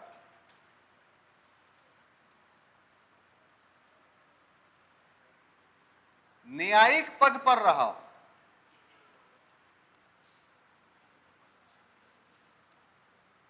पद पर, ये जो न्यायिक पद है ये टेक्निकली घुसाया गया है। अगर लिख दिया था कि 10 साल तक किसी न्यायालय में न्यायाधीश हो तो उसका अर्थ दूसरा होगा। तब का मतलब क्या है कि साहब वो डिस्ट्रिक्ट हाई कोर्ट में न्यायाधीश हो तभी हो सकता है। ऐसा तो नहीं कि सुप्रीम कोर्ट में हो तब हाई कोर्ट में हो। तो अंडरस्टूड है कि डिस्ट्रिक्ट एंड सेशन कोर्ट में जज हो। लेकिन न्यायिक पद अगर हम कह देते हैं तो फिर बहुत सारे ऐसे पद हैं जो न्यायाधीश तो नहीं है लेकिन न्यायिक पद माना जाता है। जैसे एग्जाम्पल के तौर पर कोई ट्रिब्यूनल बन गया, किसी केस को देखने के लिए कोई ट्रिब्यूनल्स है। ट्रिब्यूनल्स जिसमें कोई स्पेसिफिक मसले के केस का निर्धारण होता है। जैसे कोई नदी जल विवाद हो गया तो उसके लिए ट्रिब्यूनल बन जाएगा तो सिर्फ उसी नदी जल विवाद को वो हल करेगा। कोई एक विशेष मसले को हल करने के लिए कोई न्यायाधिकरण बनता है तो उसको हम लोग ट्रिब्यूनल्स बोलते हैं। या कोर्ट से इतर बहुत सारे ऐसे कोर्ट हैं जो कोर्ट के अधीन नहीं आते हैं। जैसे उसमें से एक उपभोक्ता न्यायालय, कंज्यूमर्स कोर्ट। तो कंज्यूमर्स कोर्ट अलग है, उसमें किसी वकील को बैठा दिया जाता है, जज नहीं रहता है। लेकिन जब हाई कोर्ट का जज बनाया जाएगा तो कोई व्यक्ति डिस्ट्रिक्ट एंड सेशन कोर्ट के जज के अतिरिक्त ये सब न्यायिक पद पर भी रहा हो तो वो भी 10 साल के अंतर्गत शामिल किया जाएगा।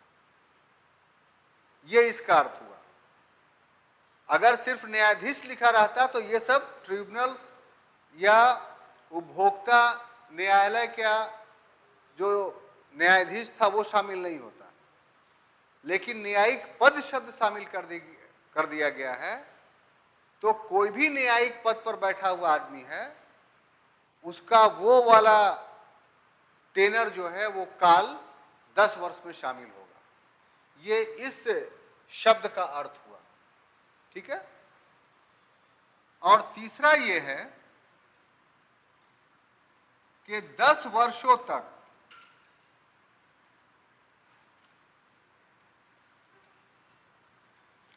उच्च न्यायालय में अधिवक्ता हो, डिस्ट्रिक्ट कोर्ट में नहीं।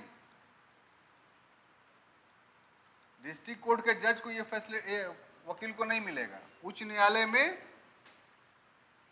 अधिवक्ता हो। तो इसको भी ध्यान रखिएगा। खाली अधिवक्ता हो, डिस्ट्रिक्ट एंड सेशन कोर्ट और उच्च न्यायालय का अधिवक्ता हो और केवल उच्च न्यायालय का अधिवक्ता हो, तो इस तरह का सेंटेंस इस्तेमाल कर करके आपको मिसगाइड कर सकता है।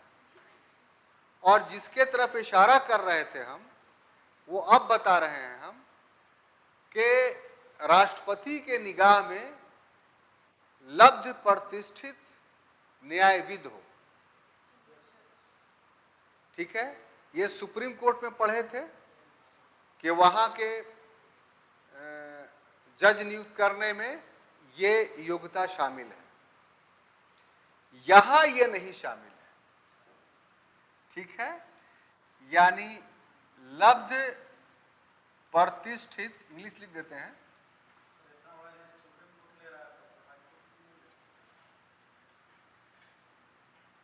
विधिवेत्ता, renowned jurist,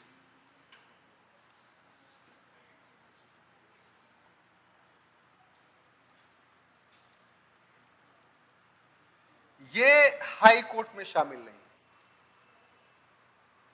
बात समझ में आई? तो वहां हम लोग पढ़ते आ रहे हैं, अच्छा आदमी अगर ध्यान नहीं देगा और ये क्लाउज हाई कोर्ट में शामिल कर लेगा तो मार देगा उसको। यहाँ ये भी तो ऑप्शन में है। और इस ढंग से 1 2 2 1 1 3 2 ऐसे करके ऑप्शन दे देगा ना कि आप चक्रिया जाइएगा। तो ये क्लास में ही ये जरूरी है कि बहुत सूक्ष्मता से इन सभी चीजों का हम लोग अध्ययन करें। तो इसको लिखिए, आगे दूसरा चलते हैं।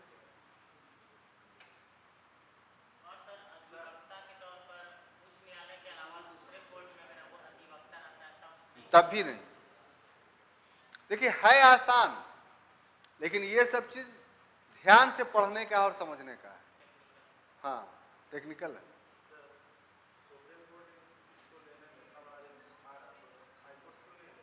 बहुत अच्छा बात है भाई। इसका जवाब ये है, क्या नाम हुआ आपका? आयुष। तो आयुष भाई, इसका जवाब ये है कि वो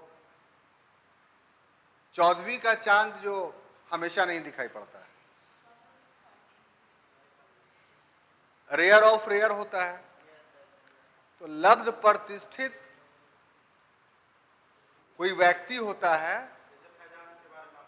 हाँ, वो ऐसा नहीं होता कि बहुत होता है, वो रेयर ऑफ रेयर होता है। और ऐसे लोगों की, ऐसे एक आध दो लोगों की सेवा कहीं पर ले ली गई तो वो देश के लिए इनफ है। अगर इसको हाई कोर्ट में लागू कर दिया जाता, 25 तो हाई कोर्ट है, तो कितना अयोग्य आदमी लब्ध प्रतिष्ठित बन जाते आपको पता है। थोड़ा सा तो परमिशन देने की जरूरत थी। हम ही हैं हुजूर, हमसे बड़ा ज्ञाता कौन है? तो इसीलिए हाई कोर्ट में इसको शामिल नहीं किया गया। सुप्रीम कोर्ट में नहीं, वो पता चल जाता है। कोई भी अपने फील्ड का बहुत रिनॉन्ड, जैसे एक आदमी का नाम था वकील में, राम जेठमिलानी। राम जेठमिलानी का नाम सुने हैं? पूरी दुनिया, पूरा भारत चंद्रशेखर सिंह से डरता था। भिंडसे का क्या कहलाता था, भिंडसे का नेता। हरियाणा में एक भिंडसे आश्रम है, तो बहुत बड़ा आश्रम था, पूरे क्रिमिनल का जमावड़ा वहां लगा रहता था, पूरे इंडिया का। और चंद्रशेखर से बड़ा सब उसका सरदार था चंद्रशेखर। सोच लीजिए, चंद्रशेखर के पास कोई एमपी नहीं, एक जनता पार्टी उसकी पार्टी थी, उसी से वो अकेले जीतता था वो। और 6 महीना प्राइम मिनिस्टर रहा ना भाई। इंडिया का प्राइम मिनिस्टर होने के लिए 272 एमपी चाहिए, और वो अकेला आदमी और प्राइम मिनिस्टर बन के दिखा दिया। तो कोई पार्टी का आदमी उससे नहीं लगता था, इतना डेंजरस आदमी था। उसको राम जेठमलानी पिटवा दी इस रास्ता पर, कपड़ा उपड़ा सब फड़वा दिया उसको। तो सोच लीजिए राम जेठमलानी ऊंचा हुआ कि चंद्रशेखर ऊंचा हुआ? राम जेठमलानी एडवोकेट थे सुप्रीम कोर्ट के, और एक बहुत बड़ा उसका चर्चित केस था कि इंदिरा गांधी की हत्या किसने की थी? सतवंत सिंह और बेअंत सिंह ने। सब कुछ नाम हम याद ही रखते हैं। सतवंत सिंह और बेअंत सिंह ने एकदम सामने से, एक तो स्टेन गन से और दूसरा पिस्तौल से, जितना चैम्बर में था सब उतार दिया, वहीं पर स्पॉट डेथ कर गया, भागा नहीं। हथियार के समेत ये हो गया कि हमने मारा, हमने ब्लू स्टार का बदला ले लिया। कोर्ट में केस चला। आप इमेजिन कर सकते हैं कि बच सकता था? उसका केस राम जेठमलानी लड़ रहा था, सतवंत सिंह बेअंत सिंह का। अब प्रूफ कर दिया कि मेरे मुवक्किल ने हत्या नहीं की है। पूरा देश का न्याय व्यवस्था एकदम चरमरा गया। सबको अपना टोपी उतार के उसके पैर पर रख दिया कि ऐसा मत करो, हटो तुम पीछे। तब जो है वो बैक हुआ, तब सतवंत सिंह बेअंत सिंह को फांसी पड़ी थी। है? अब प्रूफ का एक थोड़ा सा जानना चाहिए। है? हाँ, तो वो क्या किया वो हम पूरा केस नहीं पढ़े हैं, लेकिन कोई वकील कैसे साबित करता है वो बड़ा अच्छा एग्जाम्पल बताते। बर्दवान वेस्ट बंगाल में एक जगह है, समझ गए? तो वहां सम मुखर्जी वकील रहता था। 2 नंबर गली थी, एक संभ्रांत लोगों की गली थी, माने बर्दवान के सबसे रिच लोग जो थे उस गली में रहते थे। उसमें वकील साहब भी रहते थे उसी गली में। वो हाई कोर्ट के वकील थे, लेकिन थे बर्दवान के, तो लोअर कोर्ट में भी एक आध 2 दिन केस देखते थे। एक आदमी ने 20 सड़क पे तलवार से एक आदमी का गर्दन काट दिया एकदम डे लाइट में, और अरेस्ट हो गया। अब वो पकड़ा गया। ये मतलब कोर्ट ऑन रिकॉर्ड में ये केस है, इसीलिए बोल रहे, बोलेगा ला करके दे देंगे कल। तो वो वकील साहब अपने से उसके आदमी से मिले, बहुत बड़े वकील थे, कि देखो हम तुम्हारा केस जीत जाएंगे। क्या वकील साहब ये सब बदमाशी कर रहे हैं? ना जीत जाएंगे। तो हमको तुमको जिसको भी वकील रखना रखो, हमको भी एक तो साइन करवा लो वकालतनामा पे, पैसा वैसा नहीं लेंगे हम। ठीक है, जब पैसा लेवे नहीं कीजिएगा, परमिशन है कि किसी को वकील रखिए, आप खाली बोल रहे हैं कि वकालत पे हमको भी वकील रख लो, तो लीजिए साइन कर दीजिए, ज्वाइन कर लीजिए। और जब जब उसका हियरिंग हो ना, तो सब वकील बहस करे, ये चुपचाप बैठा रहे। और जब वो मर्डरर जाए तो उसके बाद देखो तुम घबराओगे मत, हम जब तक हैं तुमको कोई फांसी पर नहीं चढ़ा सकता है। तो शुरू में वो यकीन किया कि वकील है भाई, बर्दवान का सबसे बड़ा वकील है, हो सकता है। लेकिन जिस दिन उसको फांसी का ऑर्डर हो गया, उस दिन ही बोल रहा है कि देखो कोई फांसी पर नहीं चढ़ाएगा। तो चिल्लावे लगा इसको ले जाइए, तो एक मर्डर में चढ़ ही रहे हैं, इसको ही मार देंगे। आई वकील नहीं है, पागल हो गया है। तो उसको पकड़ वैसे, अरे घबराओ नहीं, हम ही करेंगे। अब उसको डेट फिक्स हो गया कि इस तारीख को इसको माने चढ़ा देना है तख्ता पर। उसके बाद ये वकील एक्टिव हुआ, अभी तक एक्टिव नहीं हुआ था। तुरंत एक पिटीशन फाइल किया, जब सजा हो गई तब सुनिएगा मजेदार बात कि मिलॉर्ड, ये हमारा कॉन्स्टिट्यूशनल राइट है कि अपने मुवक्किल के फांसी के समय हम हाजिर रहे। अब जज को देना पड़ा परमिशन कि हाँ भाई वकील रह सकता है, और हम उसके बोनाफाइड वकील हैं, तो इसको परमिशन मिल गया। तो फांसी तो सुबह में पड़ती है। ये भोरे भोरे पहुंचा उसको, वो बेचारा नहा हुआ के अपना पूजा पाठ कर रहा था। बोला कि क्या हाल है, कोई वकील से भागता है कि नहीं तुम?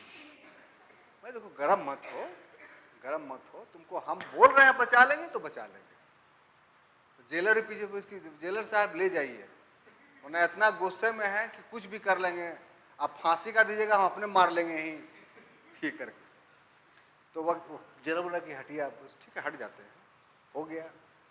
उसको चढ़ाया जा रहा है इस पर, मतलब कि तख्ता पर, हल्का मुस्कुरा रहा है, ऐसे ऐसे कर रहा है। जेलर भी कर रहा है कि साला पागल हो गया है। किसी का दिमाग वहां पर नहीं जा रहा है कानून के उस बंदिश पर। जरा सुनिएगा, यहाँ पर बहुत कंट्रास्ट है स्टोरी में। उसका काला कपड़ा पहना दिया गया, फिर भी मुस्कुरा रहा है। उसके बाद उस पर ये जो स्पेशल रस्सी बनता है बहुत स्लिप वाला, वो डाल दिया गया। टाइम देखा जा रहा है, खटका पर हाथ चला गया, फिर भी मुस्कुरा रहा है। उस समय तक 100% पागल सब मान गया था ये। जैसे ही खटका दबाया, ये दौड़ गया और दौड़ के उसको उठा के फेंक दी। कोई नहीं सटेगा, कोई नहीं सटेगा, तुमने फांसी दे दिया, फांसी खत्म हो गया, हमने बचा लिया इसको, हमको अरेस्ट करो, ले चलो कोर्ट में। टाइम खत्म हो गया, साला वो तो बच गया। सुनिए ना मजे की बात। अब फौरन कोर्ट लगा भाई, एकदम उसी दिन एकदम पूरा कलकत्ते में एकदम हंगामा। जज ने पूछा कि हाँ भी लॉर्ड मैंने किया है, कोई इलीगल काम हम नहीं किया है। आपके 302 में क्या लिखा? ये टांग दो। हमारे वकील को टांग दिया गया मींस फांसी पड़ गई। ये नहीं ना लिखा हुआ है कि तब तक टांगो जब तक मर न जाए। तभी अमेंडमेंट किया गया सीआरपीसी में कि लिखो, उसी वही नहीं, फिर नस काटा गया, उसका निजाम हुआ। डॉक्टर सर्टिफाइड करता है कि हाँ ये मर गया, तब जो है उसको उतारा जाता है उस पर से। समझे बात? तो आप जो उनकी बात बोल रहे हैं, किनका? राम जेठमलानी का। इसी तरह का कुछ होगा। तो ये बहुत चर्चित ये रहा। उस कानून का कौन सा, किनका? इसका कोई मुखर्जी ना, पूरा नाम को नहीं पता है। देखो ये मेरा वहाँ रिलेटिव, उसका जो घर था ना, उसके सामने ठीक मेरे रिलेटिव का घर था। तो हम जाके बैठते थे, तो उस समय तक बहुत बूढ़े हो गए थे, तो वही देखते थे, तो लोग बताते थे कि इसको मामूली आदमी मत समझो। अब बड़ा उसका सम्मान था। फिर वो केस लड़ना बंद कर दिया कि नहीं अब नहीं लड़ेंगे। उसके बाद बहुत सारा मैटर था। तो वकील जो है वो खिलाड़ी होता है कानून का। हाँ, कैसे कैसे एक छोटा सा, तो अभी भी बहुत सारा फॉल्ट है कॉन्स्टिट्यूशन में। बात समझ में आई? तो और कुछ 2-4 सवाल कर लीजिए, 5 मिनट बच रहा है। हाँ।